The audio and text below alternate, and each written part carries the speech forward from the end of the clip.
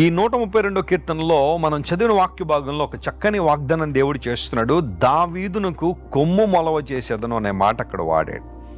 కొమ్ము అంటే ఘనత. బైబిల్ గ్రంథంలో కొమ్ము అనేది ఘనతకు సాదృశ్యం. హార్న్ అనేది ఆనర్కి సాదృశ్యం కదా. నేను దావీదుకు ఘనతనిస్తాను అని దేవుడు మాట్లాడుతున్నాడు. ప్రియులారా, దావీదుకు మాత్రమే కాదు, 84 కీర్తన మనం చదివితే యెహోవా కృపయు మరియు ఘనతయును అనుగ్రహించును అనే మాట అక్కడ చూస్తాం. కొర కుమారులు ఆ కీర్తన రాస్తూ ఆ మాట అక్కడ ఉపయోగించారు.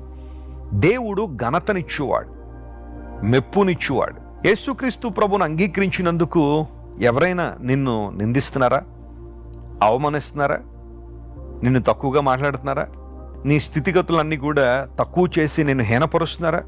నువ్వు కృంగిపోవద్దు. నువ్వు అధైర్యపడాల్సిన అవసరం లేదు. నువ్వు బాధపడాల్సిన అవసరం లేదు. లోకంలో మీకు శ్రమ కలుగుద్ది, ఆయన నేను లోకాన్ని జయించున్నానని ప్రభువు చెప్పారు కదా. ఈ నిందలు అవమానాలన్నీ కూడా ఒకవేళ నీ జీవితంలో రావచ్చేమో కానీ అసలైన ఘనత, అసలైన మెప్పు ప్రభువు నుండి వస్తుంది.